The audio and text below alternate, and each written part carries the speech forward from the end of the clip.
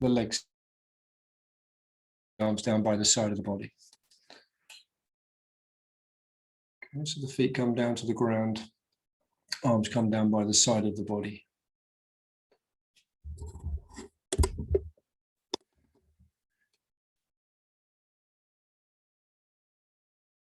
Repeat that once again. So on the in-breath, you're going to extend the feet towards the sky. One smooth movement, arms drawing back onto the floor behind you, palms of the hands facing upwards.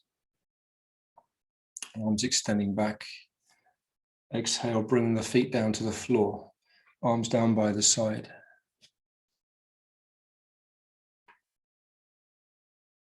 And repeat this 3 more times, okay? So as the feet come down to the floor, just lightly touching the floor.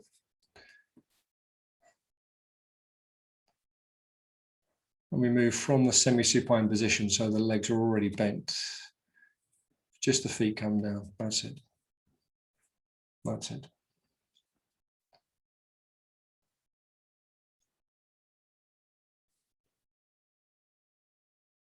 Next time you come into the L position, remain in that position for 5 breaths.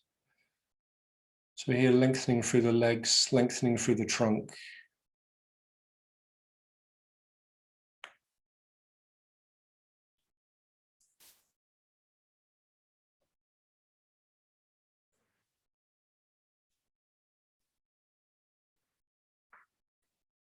And exhale, bring the feet back down to the floor. Once the feet are down on the floor, if you can just shift your pelvis slightly towards the right side. You're going to cross your left leg over your right leg. So you're making the sort of Garuda position with the legs, okay? So the left leg over the right leg. You've got your pelvis adjusted slightly towards the left. And you're going to let your legs roll towards the right side, keeping the trunk grounded, especially the shoulders. Arms broadening out to the side at the height of the shoulders. Keep your head centered, so don't attempt to look to one side or the other here. And just let the weight of the legs draw your pelvis around. At the same time, keep the shoulders grounded on the floor, head centered.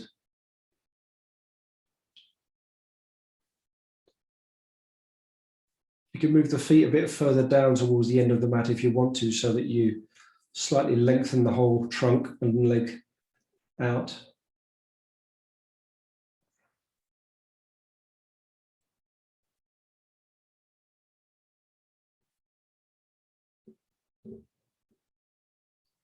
We're going to take 4 more breaths here.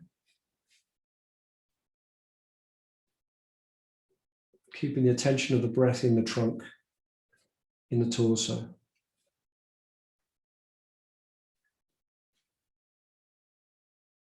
Okay, keeping the shoulders grounded, bring the legs back to the center. Unfold the legs, take the left leg off of the right leg. Small adjustment with the pelvis to the right side. And place your right leg over the top of the left leg again in the Garuda position. If you want, you can lengthen the legs out. Depends a bit on how you find yourself coming into the posture. Okay. Legs and pelvis rolling to the left side. Again, keep the shoulders grounded, the head centered. There's no need to tuck the foot underneath the calf unless you've got a particular capacity to do that without problem. Don't force yourself into a very tight bind. Okay. And just the weight of the legs drawing towards the left side, keeping the head centered, shoulders grounded, palms of the hands down on the floor. Focus on the breath, next 5 breaths, just being aware of how the breath moves through the trunk. We can think about the breath as riding along the length of the spine even. Yeah.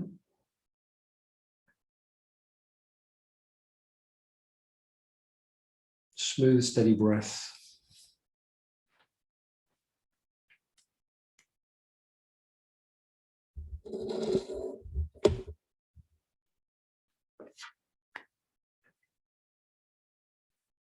Okay, rolling back to the center, lifting your upper leg off of the lower leg.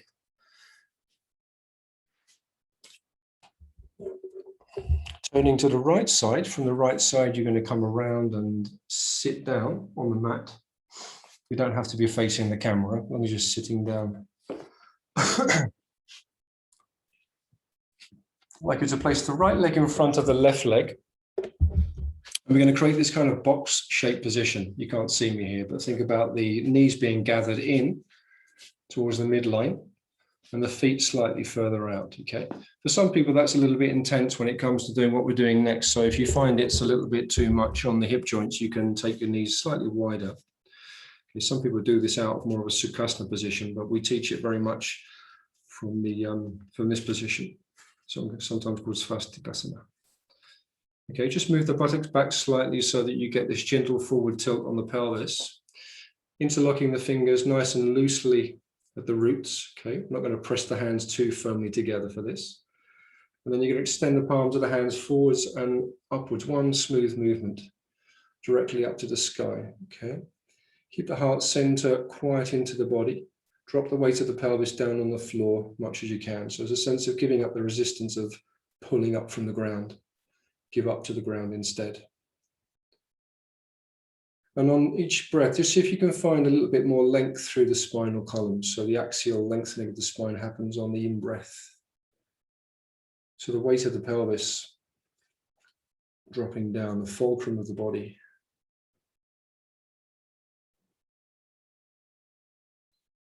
So just so that we're keeping the dynamic moving through the posture in the way that we want it. We don't want the shoulder blades lifting up here. It's not an elevation of the shoulders here. It's a lengthening of the spinal column. Okay, so keep your shoulder blades just sitting where they are, down towards the pelvis. Now on your next exhalation, you're going to start to come forward, so tilting from the hip joints, keeping the spine long. Bring your hands forwards and down. So everybody's going to have to find their own particular variation of that because we've got a lot of difference in hip flexibility here. All right, and then you're going to walk your hands forwards and let the back round so the back can just make the curve that it wants to make as you bring the head down. If it's too much to let the head come all the way down, then keep the head lifted up slightly and the trunk extending slightly. Yeah.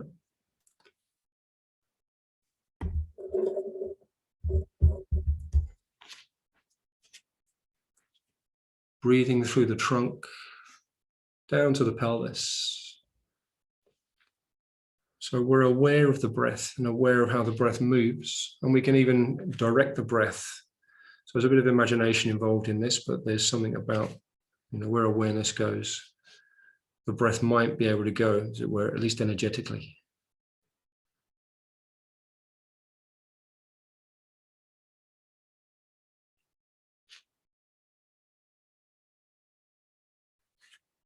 So we're going to use the diaphragm actively and deliberately in the practice to energize the practice. Otherwise, the practice really does become static.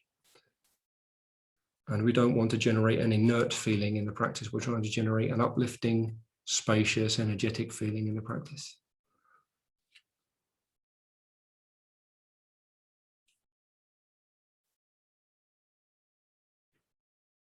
Aware of the body in this position. Just for a moment, turning your attention inwards more, just noticing how you are.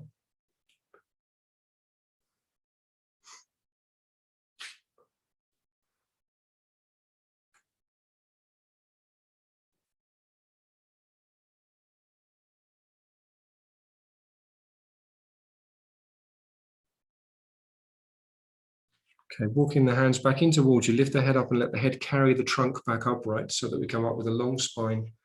Bring the hands behind us, directly behind the shoulders, so in line with the shoulders and behind. Fingers facing forwards, rest back onto the arms and the hands. So you've got the weight resting directly on the hands, okay? And from there, you're going to lift the heart center. So the kidneys lift up towards the heart center, and the heart center lifts up towards the sky. Okay, so you're arching the spine in the other way here. As for the head, well, I just suggest keeping the head forwards for the time being. Yeah. You're arching the spine, the kidneys rising up, heart center rising up.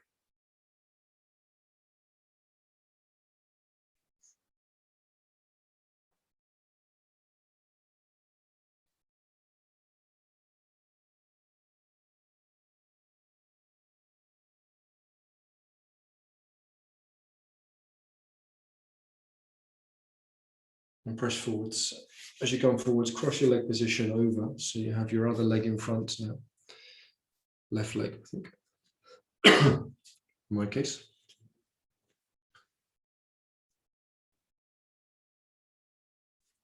Okay, making that small adjustment with the buttocks, drawing them back, pelvis gently tipping them forwards. Your knees more or less gathered into the center. If that's a bit too intense, depends a bit on the shape of your pelvis. You want to have your knees a little bit wider. Interlocking the fingers again the other way round, so where your index finger was before. Just going to switch the position. Loose at the roots of the fingers. Expand the hands forwards and up. One in breath, lengthening through the spinal column.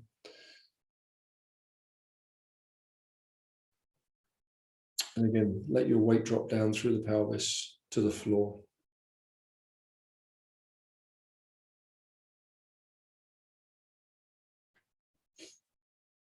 Each in-breath, we discover a little bit more axial lengthening through the spine, a little bit more upward movement through the trunk.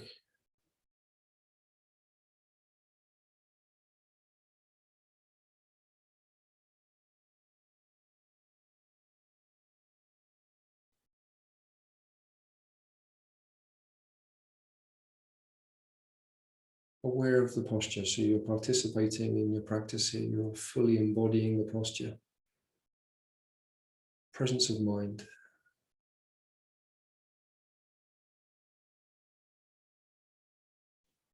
Okay, without losing any height in the trunk or length in the spine, folding forwards, forwards, forwards. Take the hands down.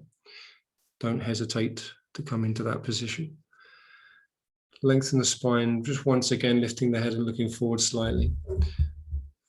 And then letting the weight of gravity draw the trunk forwards, so each person doing what they need to do there. Yeah, if it gets too intense in the hip joints, then don't go down so far. Don't yield so deeply into that, because the posterior rotators of the hip in some cases are going to be quite tight for some people.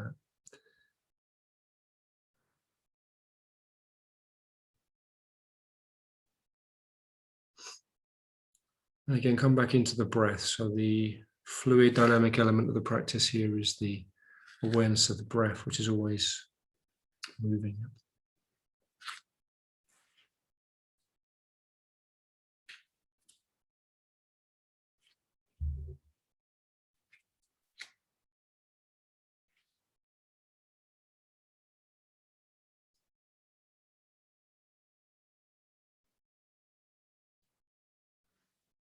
A few more breaths here.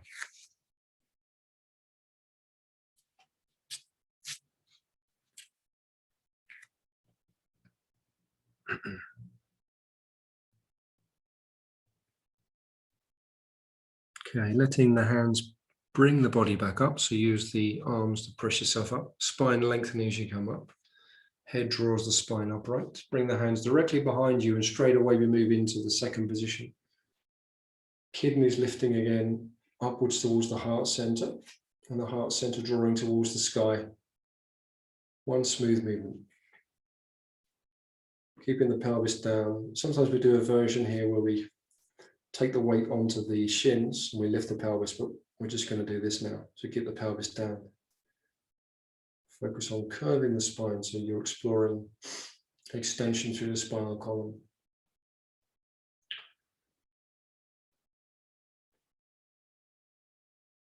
Shoulders lifting away from the tops of the arm bones, just gently. So it's just a refinement of movement here. Keep the head forwards. Breathing through the spinal column.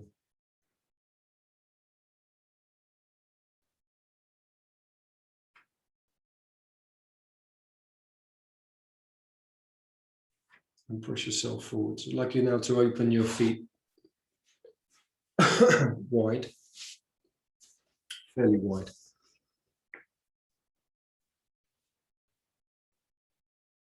Whether or not you can place them, backs them, knees down on the floor, doesn't really matter. The main thing is to keep the spine long here. Okay, sweep the arms up on an in-breath, palms of the hands looking towards each other. Exhaling without losing any height in the spine. Draw the arms down again. Okay, another in-breath, one smooth movement, palms of the hands looking towards each other. Exhale, you're going to rotate towards the right side, heart center looking towards the foot. Take your attention into your left leg and your right leg. You're going to extend out gently through the legs towards the heels. At the same time, seeing if you can bring a little bit more length through the trunk on the in-breath. Okay.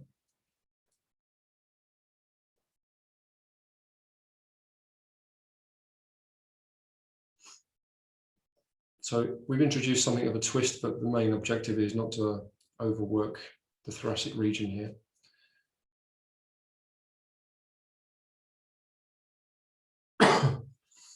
Coming back to the center. Once again, float the hands up, palms looking towards each other. In breath. And down. Smooth movement, palms up. Next out breath, you're going to turn the other way. Heart center looking towards the foot.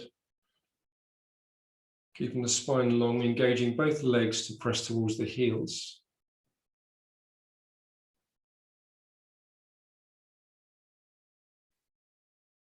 Seeing if you can balance your weight through the sitting bones evenly.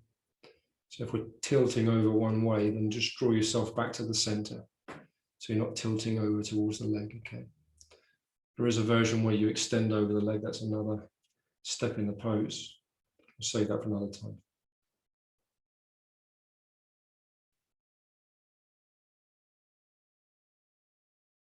Okay, and back to the center. Bringing your legs in towards the center. Okay, we're just going to roll over. So we're going to come to standing now, and to do that, I'm going to adjust myself in the camera. Just going to set myself back a little bit.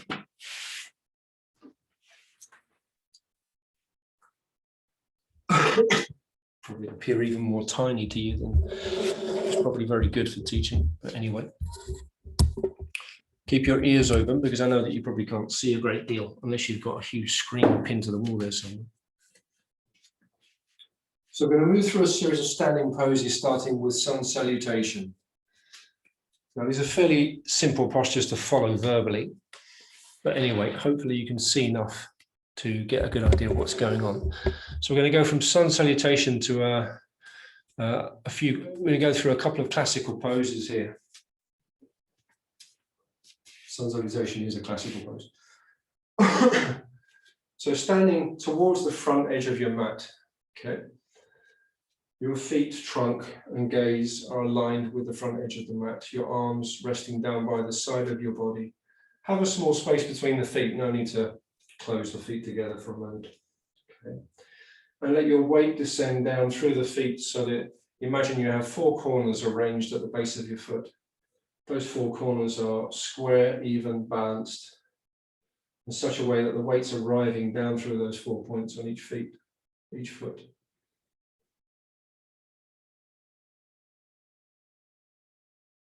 On the next in-breath, sweep the arms upwards with the palms facing in above the head. And on the out-breath, we're going to fold forwards from the hips. Really important point for anyone that's not used to practicing too much with us or in general. Bending your knees if you need to, hands down. Step your left foot back as far as you can and bring your left knee down on the floor. Fingertips on the floor. Gaze forwards. Shoulder blades drawing down the spine. Yeah. You're going to step your right foot back. And then we're going to lower the trunk towards the floor, keeping the pelvis lifted, moving forwards. So we lengthen out the body. Next in breath, we come into the upward facing dog. Exhale, folding down. Pressing yourself back up and into the downward facing dog. So downward facing dog pose, we're really just going to be a couple of breaths in it each time here. I'm not really going to work much with downward facing dog today. So shifting the weight forwards, taking the knees down, step your right foot forwards. Okay, coming into the lunge position again, same side. Pick up your back foot, back leg, lift the knee, step your back foot forwards, folding into the legs. On the next in-breath, use the in-breath to come back up to standing position. Palms of the hands facing each other. Exhale, bring the arms down by the side of the body and the legs. Okay, next in breath, float the arms up with the palms of the hands looking towards each other. On the out breath, folding forwards from the hips. Again, this time the right foot's going to step back in line with the hip. We come back into the lunge position. Okay, so we always try and find a lunge position from the point of view of our hip flexibility. So if you can take the pose wider, you take it wider. If it's too much, taking the leg too far back, then keep the leg further forwards. Stepping your front foot back, lower the hands down, lower the chest down, chin, straighten out the body and come into Bhujangasana. Exhale, chin in. Press through the hands, tuck the toes under and lift the pelvis. So we come into smoothly one movement, downward facing dog.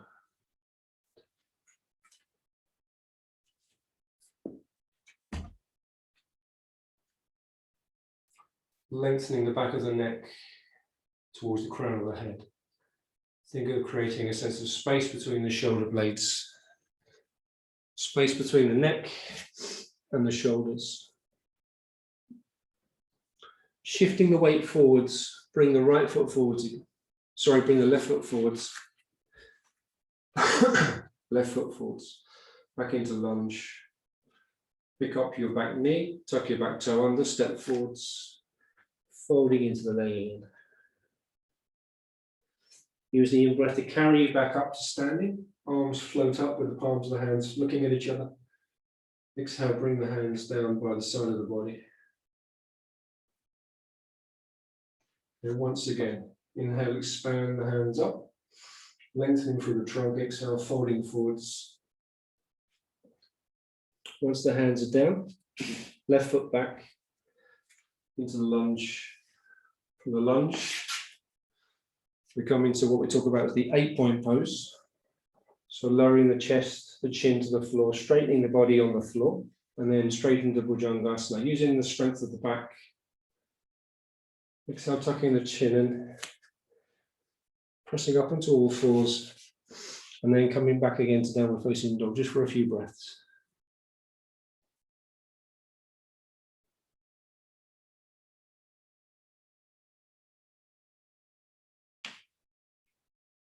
Okay, shifting the weight forwards again, take the knees down to the floor. You're going to step your left foot forwards. Step your back foot forwards, folding into the legs. With your next in-breath, use the in-breath to come back to standing. Exhale, bringing the hands in by the sides of the body.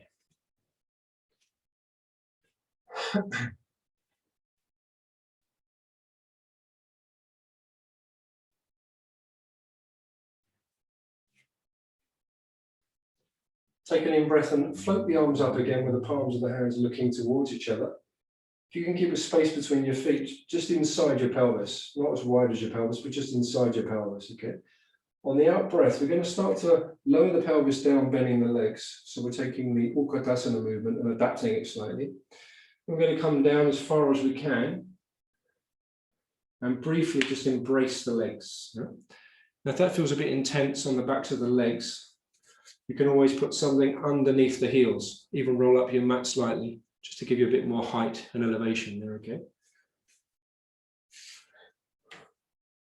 Okay, extending the arms above you, palms looking in, press away from the floor, come back to standing. Exhale, let the arms come down by the side of the body. Pause there for a moment.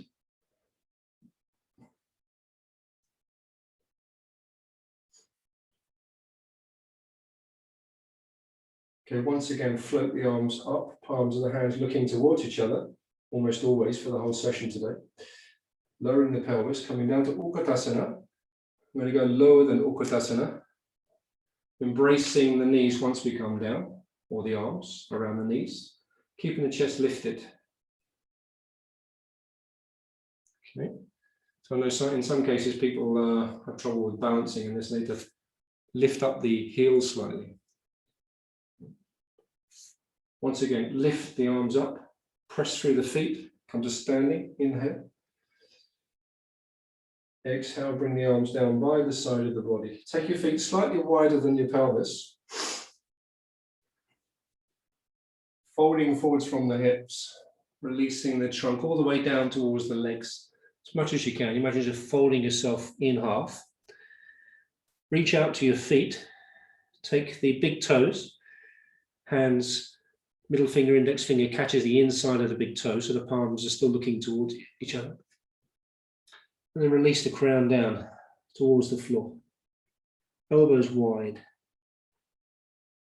Back of the pelvis wide as well. So as I said, there's a dynamic movement in every pose, even if the pose appears to be static. Usually not the case. There's some movement going on by way of refinement, adjustment. Yeah. Just re-clarify that length in your spine again if you can. Drawing your spine long and see if you can fold in towards your legs as much as you can. You can bend your knees if you need to. No need to work with a straight leg version if it's too intense. Breathing.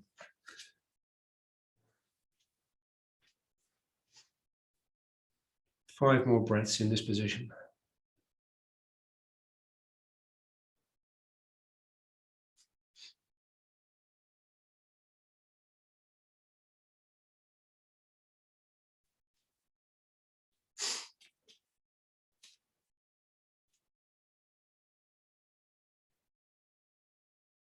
Okay, lifting the head forwards, lengthening the spine out, away from the legs, so trunk lengthens, hands onto the hips. You're going to bend your knees and come up to standing again. Straight up to standing position. Just take a pause for a moment in Virasana. Aware of the body in this position.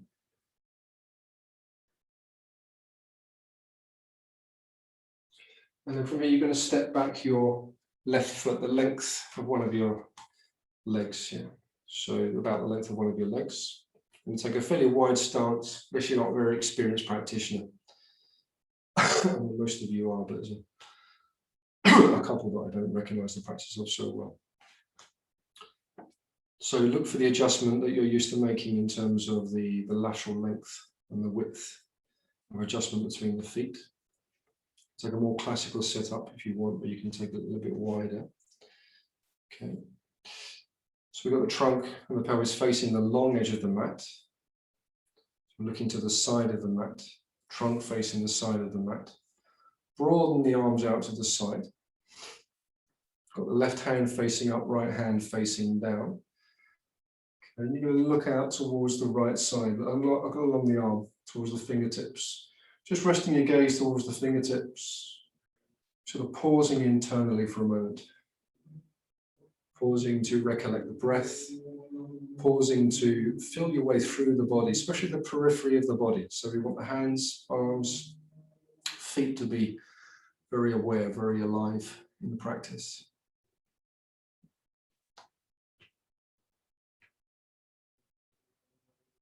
Okay, engaging the feet firmly to the floor. So you're really reminding yourself that gravity is doing that work. You're just grounding yourself with a little bit of extra energy through the legs and the feet. So that you now tip the hip and extend out to the right side. We come into more classical Trikonasana.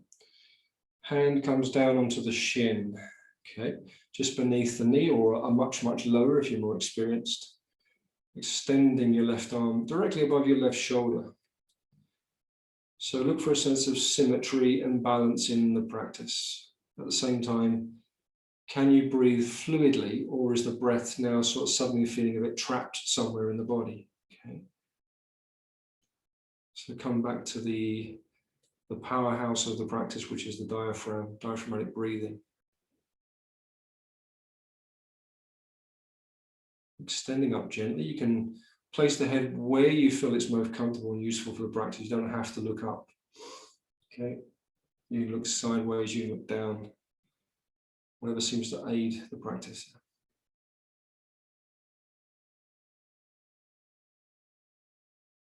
Balance, alignment, breath.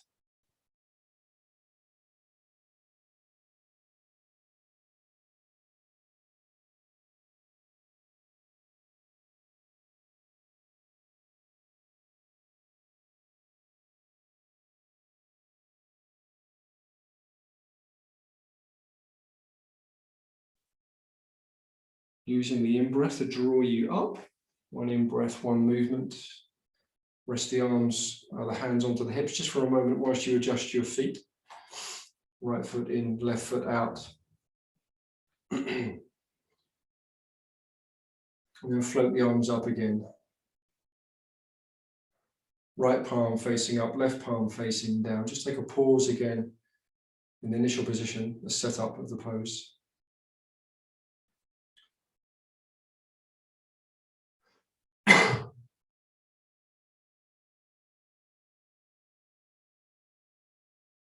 Just really clarifying that engagement through the feet and the periphery of the body, hands and feet.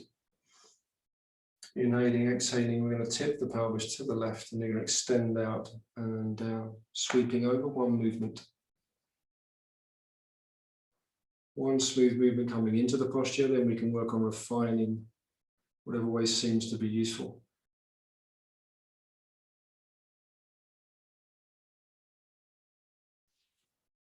Turning the head up, make sure that your head definitely sits in line with the cervical vertebra and doesn't end up sort of curving back or forwards in some strange way. Yeah, very quickly get feedback from the neck if you've not got the head position right. So don't play into discomforts. Look for a sense of ease and release through the joints.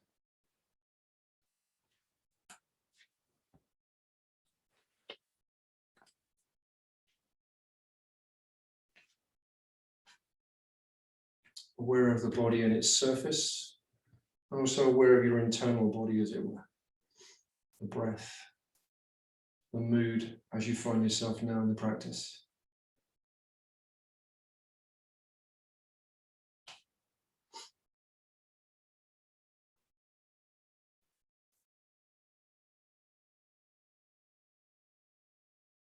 The resistances that we can experience in the practice as well, both physically, mentally. Just let them come in with the space to be there. All right, in-breath, on the in-breath up you come. Take the hands onto the hips for a moment whilst you turn the left foot in and the right foot out once again. We're going to maintain this position because we're going to come into Ardha Chandrasana in a moment. And we'll just use this to launch into the next practice. Might want to make your stance a little bit narrower, actually. So Ardha Chandrasana is a balancing pose. It's more an intermediate practice. So see how you get on with it, see what your balance is like.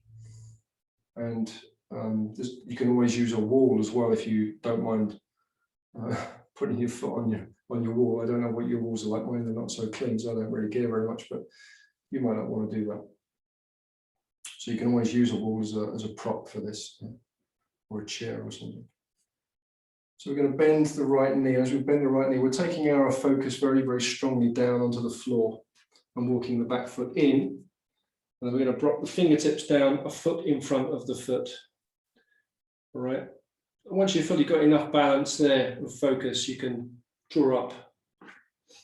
You can draw up, lifting your back leg, slowly straightening out your front knee. Well, you might get somewhere halfway. That's fine as well, okay? I just recommend looking at the floor because the balance stays much more stable. Now lift the back leg a bit higher if you come into a more classical version of the pose, extending the arm above the shoulder. Yeah.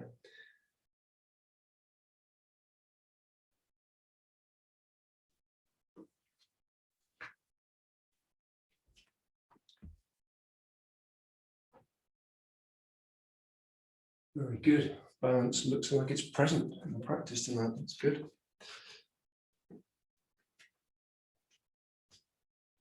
Breathing. Use the breath to help support balance, support the energy of the posture.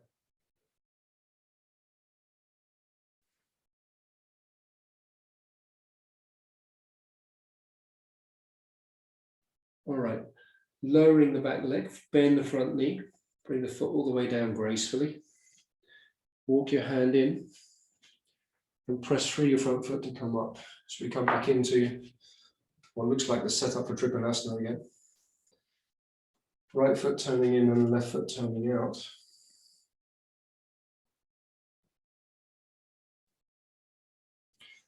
extending through your left arm. You're going to walk your back foot in a bit. Okay, looking down to one point on the floor. Where are you going to take the hand? And when you're ready, on this side, you're going to lift the back leg up. And roll the pelvis around. So the idea is to roll the pelvis over. So we stack the hip, right hip on top of the left hip. Reaching through the heel, lengthening the spine.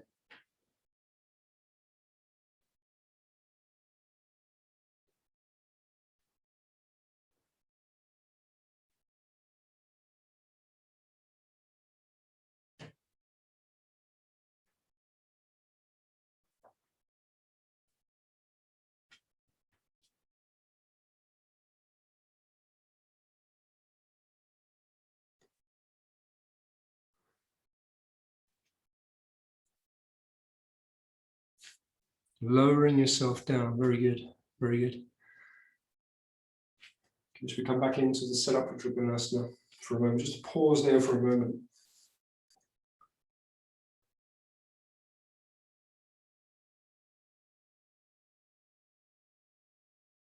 And then turn your left foot in and your right foot out again, stepping to the front edge of your mat. Feet slightly apart again, but not as wide as the pelvis. On your next in breath, sweep the arms upwards, palms looking towards each other. And on the exhale, we're going to fold, no, we're not, we're going to bend, sorry. So we're going to do Utkatasana, lowering the pelvis down to the floor, keeping the spine lifting and the chest lifting, even as you embrace the legs with the arms. Okay, so you're embracing to give yourself stability there so you don't fall back. Keep lifting the heart center, lengthening the spine.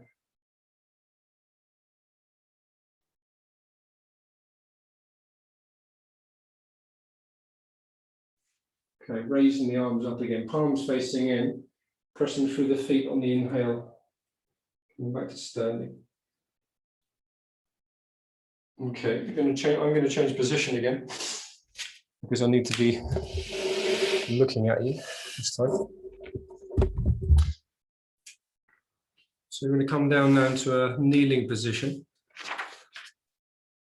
If you can have a belt handy or an improvised belt, that would be useful. I forgot to mention it in the beginning. Sorry about that. And a block or a cushion. You may or may not need to use those.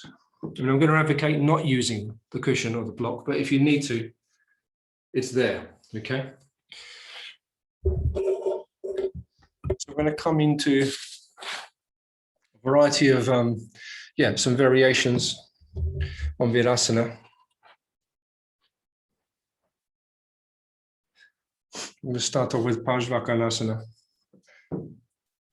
So in terms of the setup for this, it's a good idea to gather in the legs towards the midline, touching each other. You're sitting slightly between the heels, although you've got the feet more or less together. Okay, so there's a sense of closure and bringing everything into the midline of the body. Are you okay so far? So from here, interlocking the fingers again, this time a little bit more closely at the roots of the fingers, and extending the hands upwards towards the sky, one smooth movement. So you're dropping the pelvis down towards the legs down towards the floor.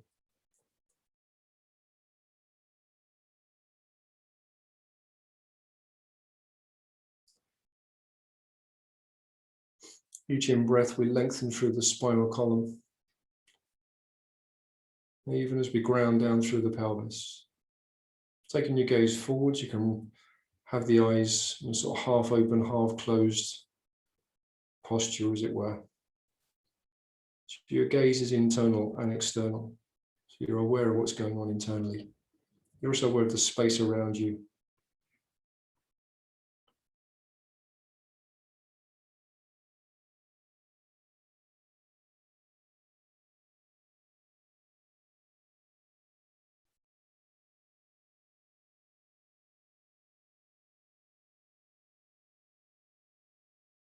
You're aware of the dynamic of your own breathing.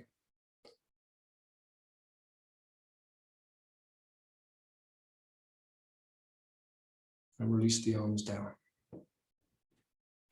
Taking the hands onto the legs for a moment. Just like a still point for 5 breaths.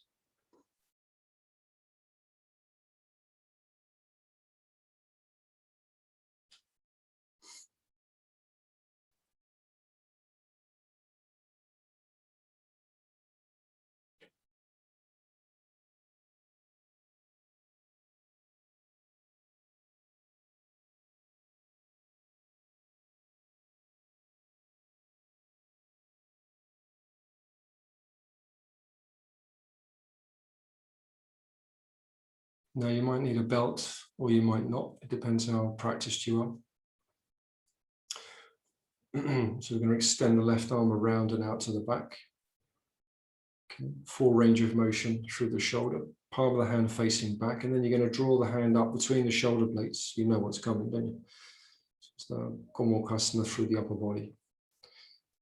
So just take time to set the shoulders up so that we don't, so we can avoid this thing of throwing our head off center to compensate for the positioning of the shoulders. Okay, if you can't reach the hands together very comfortably without a belt, then mimic them coming together or use a belt.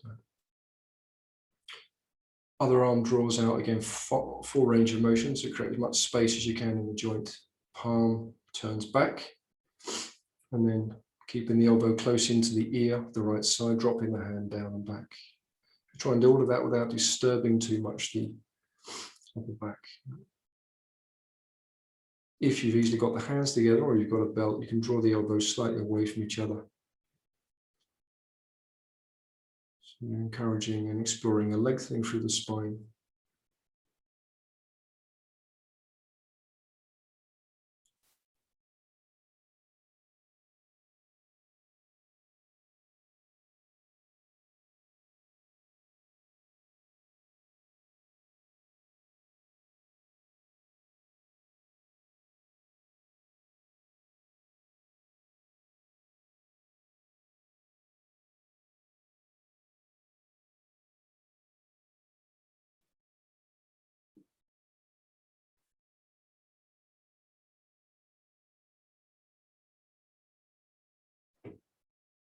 And then I'm going to separate the hands and take them out at the same time. We're going to pause for a moment by coming into downward facing dog, just to lengthen the legs out for a moment, if you need to.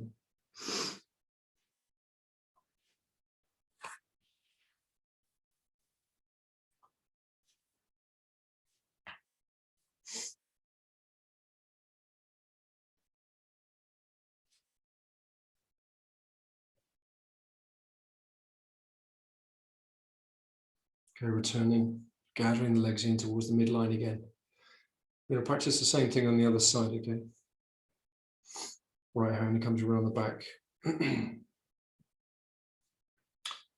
So full range of motion.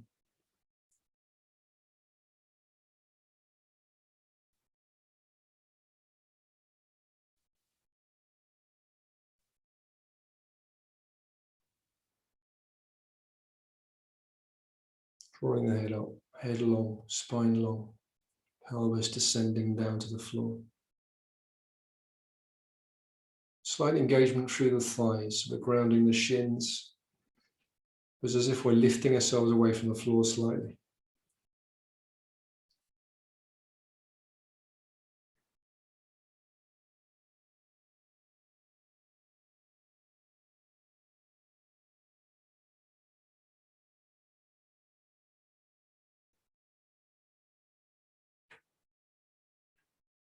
Breathing as easily as you can. Even within the demands of the pose, we look for a sense of ease.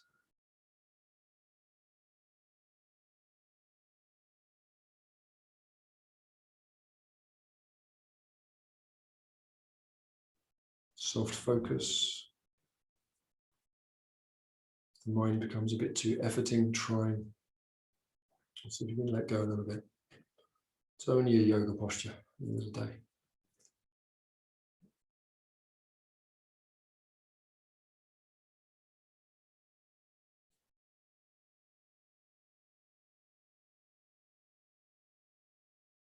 Releasing the arms, hands simultaneously. Taking the arms wide out to the side. Just make a few circles one way and then the other.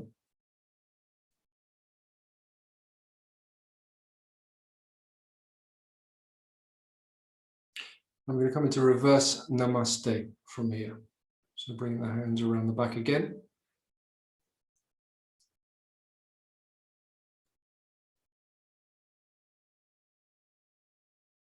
The ulnar side of the hand comes together. That's the small finger side, the ulnar side of the arm.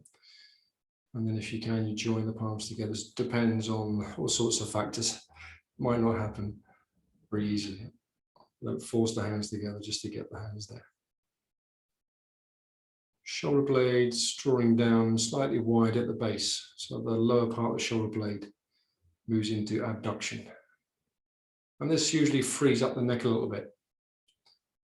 Whereas if you're doing the opposite, you'll find the neck somehow feels a bit constrained.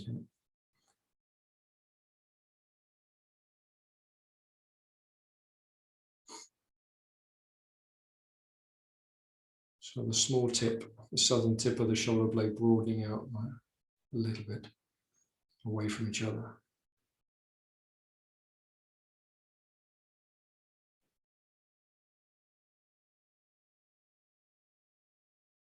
Just hold that for a few more breaths.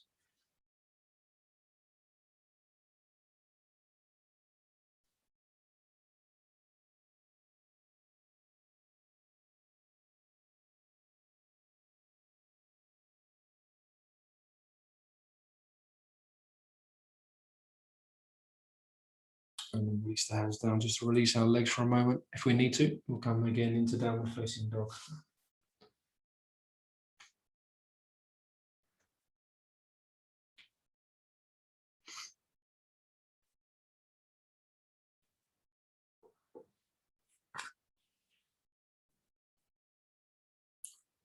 As I know, that's demanding to maintain for a long time.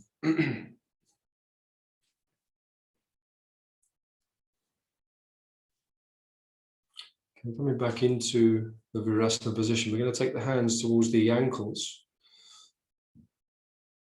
And this is the first of a few variations we're going to do here that involve forward bending from here. So you just take the hands towards the ankles and the heels and lightly take hold of the ankles and the heels. And lengthening the spine, tipping from the pelvis, you're going to roll forward. You can, if you want, put a block or something underneath the head. If you're going to rest the head down, it's usually best to rest the head on something. So even putting a block like that way up as well is fine. Something to support the head weight.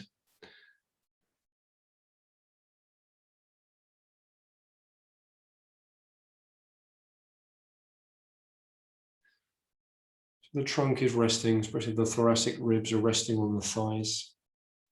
As we came down, we made an effort to lengthen the spine without lifting the pelvis, keeping the legs gathered in together.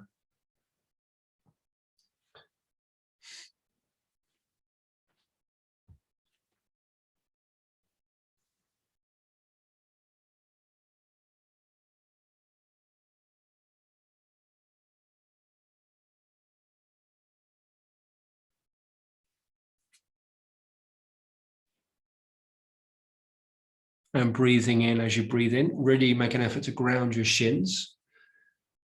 Draw that pelvis back towards the heels as much as you can as you come up. Okay.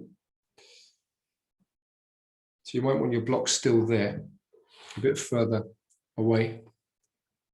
Sweep the arms up, palms facing in. You're going to press the palms together and have the thumbs overlapping, but not the fingers. So don't interlock the fingers, okay? Just have the thumbs overlapping. And then from here, we're going to come into the same position, but with the arms forwards. So we carefully come forwards because there'll be a tendency to throw the whole body weight forwards here because it's not as easy to balance.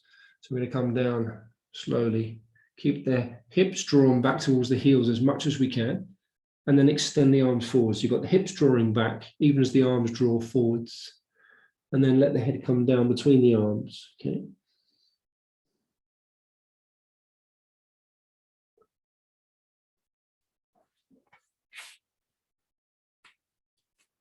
If you need to separate the hands because it's too difficult to get the hands together, that's fine, okay? So just end up in the position.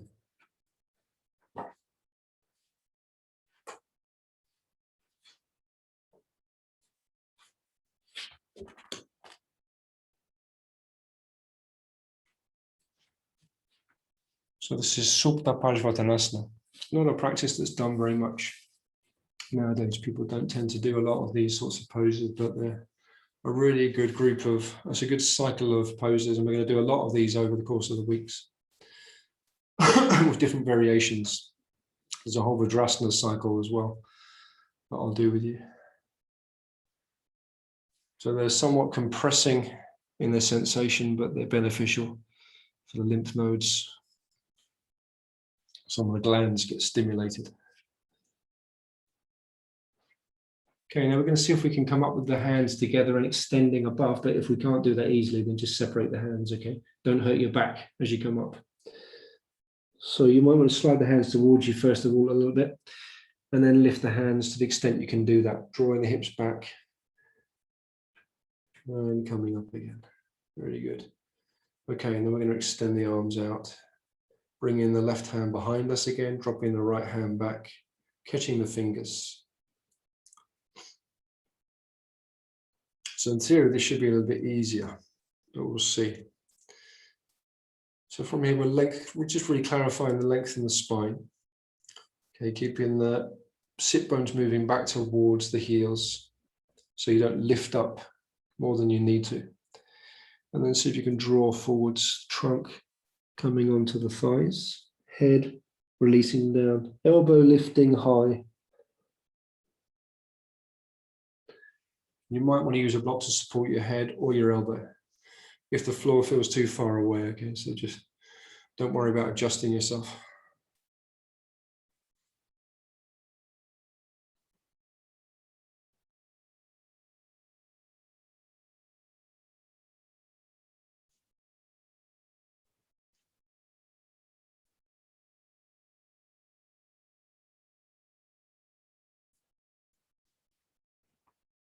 Okay, coming up on an in-breath, carefully watching the back. We're going to do on the other side before we stop working in Virasana again. So just switch over to the other side.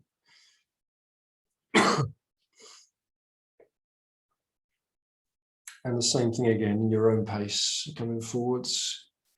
Point to keeping the hip bones drawing back even as you draw the trunk forwards.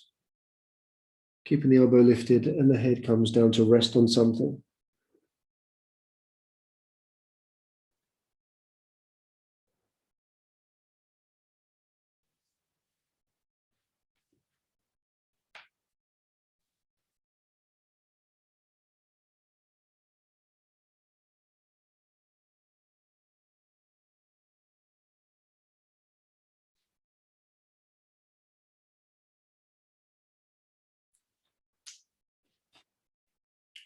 Okay, use your in-breath to carry yourself back up.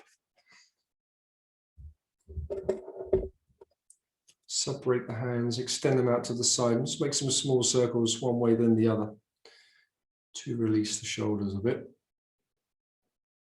And then from here we'll come into downward facing dog one last time, just to release the legs.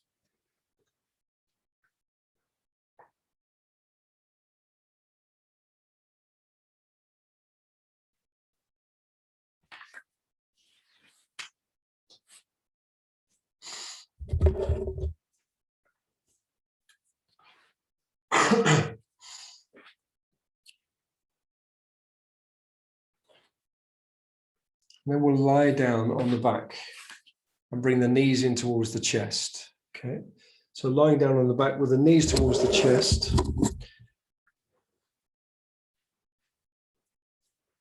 We're going to reach down and take the outside edge of the feet. One hand on each foot on the outside, okay? Just keep the knees drawn into the trunk for a moment. So it's kind of like Virasana in reverse, what we've just done, but lying down this time.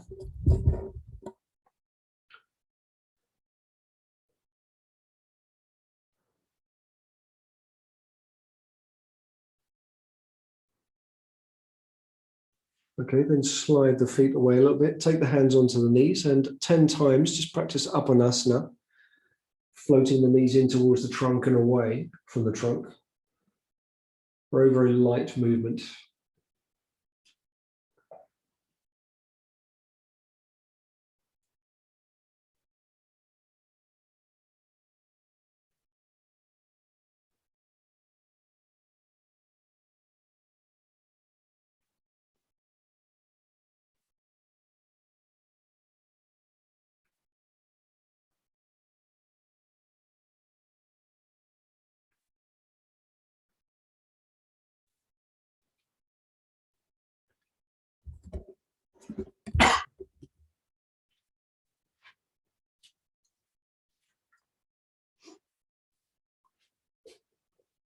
And then place your feet down on the floor and just take a pause for a moment, a still point in semi-supine. We're going to come back to an awareness of the breath as we did in the beginning.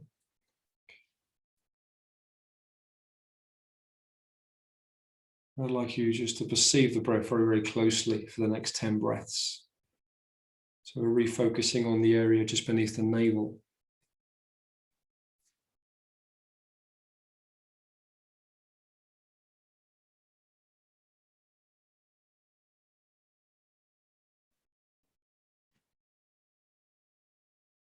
And just try to have the breath become clear. So your experience of it is very clear, very sharp.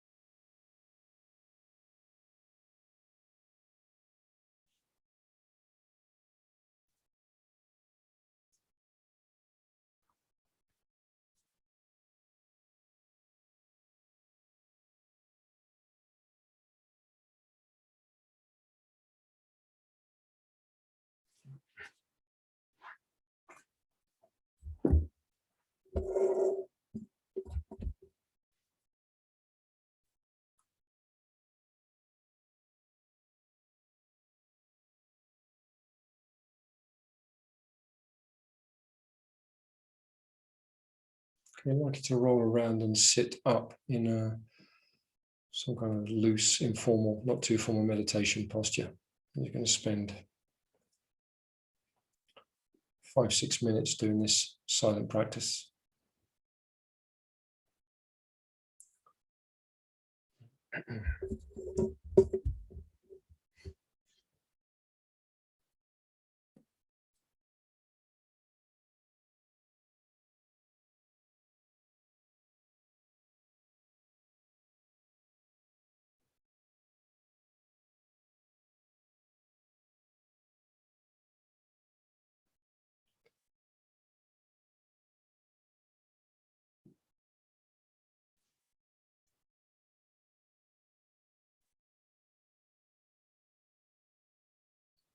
So I'm going to finish the session just by switching off after about 8 minutes or so. But you feel free just to carry on or do some shavasana as well, okay? So I'm merely just here practicing with you for a few minutes, but you can carry on as long as you want to.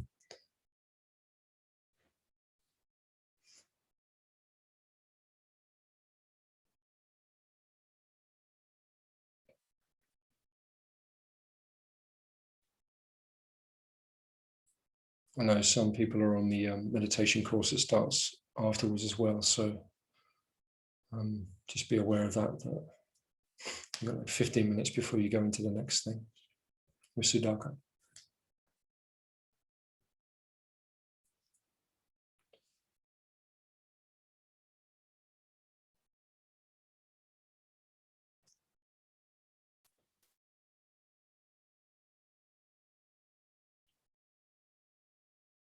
So let awareness come down into the body, just as the body falls down onto the ground.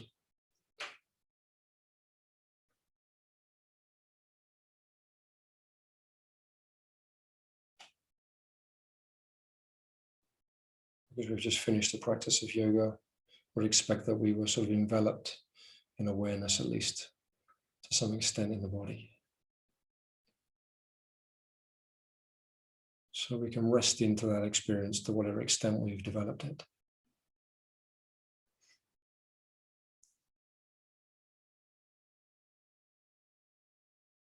Resting in awareness is to become familiar with awareness. So we just look for this sense of pleasure in being here, in this experience. We'll just familiarize ourselves with the sensations of awareness within our body.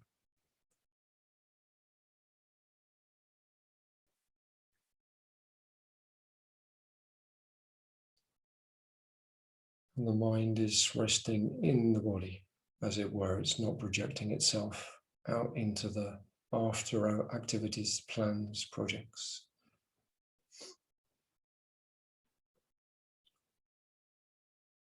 Just perceiving the breath.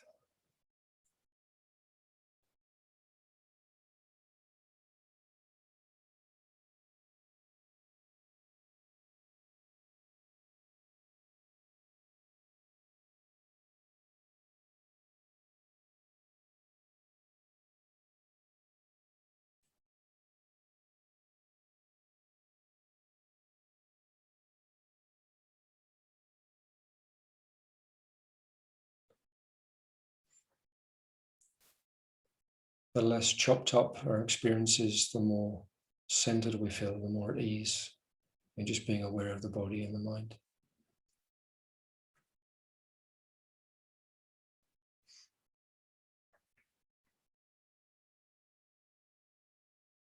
Sense of integration, at ease in this experience.